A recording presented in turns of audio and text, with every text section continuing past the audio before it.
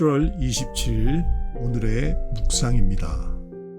오늘 함께 묵상할 본문 말씀은 이사야 9장 8절에서 10장 4절까지 말씀입니다. 그의 손이 여전히 펴져 있으리라.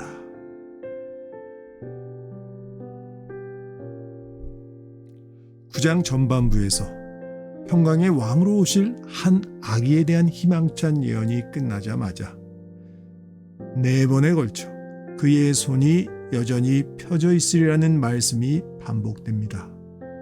시편에서 손 또는 오른손을 언급할 때는 주로 하나님이 베푸시는 구원과 도우심에 대한 비유적인 표현입니다. 그에 반해 오늘 본문의 손은 하나님의 심판을 의미합니다. 한 번도 아니라 4번씩이나 거듭해서 야곱, 보통 야곱하면 북이스라엘을 지칭합니다. 북이스라엘을 향한 임박한 심판을 거듭해서 예고하고 있는 겁니다. 이렇게 하나님이 거듭해서 임박한 심판을 예고하는 데는 4가지 이유가 있었습니다. 첫 번째로 그들은 모두 교만하고 완악했습니다. 교만과 완악, 그 원어를 보게 되면 이 단어가 하나님을 향해 쓰일 때가 있어요. 그때는 존귀, 위엄을 의미하는 단어들이에요. 곧 그들이 하나님이 주신 은혜를 망각하고 하나님께 돌려야 할 영광을 가로채서 스스로를 높이고 있다는 것을 말합니다. 교만의 본질을 뒤집어서 설명해 주고 있다고 할 수 있습니다. 두 번째로는 백성의 지도자들, 오늘 본문에 보면 장로와 존귀한 자라고 말합니다.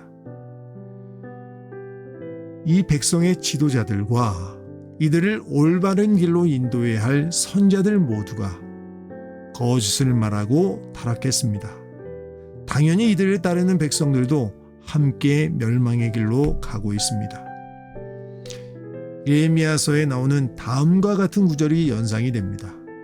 가장 작은 자로부터 큰 자까지 다 탐욕을 부리며 선자로부터 제사장까지 다 거짓을 행합니다.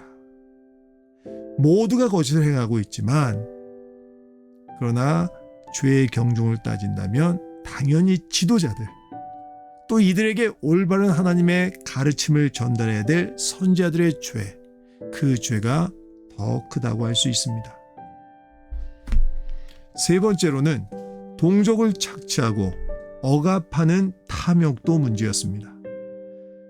구약시대 이스라엘은 거룩한 하나님 나라 공동체로 부르심을 받았고 그 자체가 교회이고 또 신약교회가 그러한 것처럼 한 몸이었어요. 그런데 서로 착취하고 억압했다는 것은 오늘 본문 말씀에 말하고 있는 것처럼 자기 팔에 고기를 먹는 것, 즉 자해하는 것, 스스로 망가지는 것과 매한가지인 겁니다. 4번째로는 지도자들이 불의한 변명을 만들어서 약자를 토색하고 약탈합니다. 사실 율법을 보게 되면 약자를 보호하고 서로 돌보며 살도록 명령하고 있는 것을 보게 됩니다. 하나님이 주신 율법의 정신, 그 율법의 정신을 정면으로 대적하며 무용지물로 만들어버리고 있는 겁니다. 그러니 하나님이 심판의 손을 거두려고 해도 거둘 수가 없는 상황입니다. 로마서 1장 18절에 보면 하나님의 진노가 불의로 진리를 막는 사람들의 모든 경건하지 않음과 불의에 대하여 하늘로부터 나타나나니라고 했습니다. 지금 온 세계가 코로나 전염병 이후에 전쟁, 기후위기, 경제위기로 몸살을 앓고 있습니다. 이 모든 것이 우연일까요? 하나님의 경고하심이라는 생각이 들지 않습니까? 오늘 하루 영적인 눈으로 세상을 바라보시기 바랍니다. 하나님의 진노가, 하나님의 심판의 손이 여전히 세상을 향해 펴져 있는 가운데 하나님의 자녀로 어떻게 살아가야 할지 기도하는 하루가 되기를 바랍니다.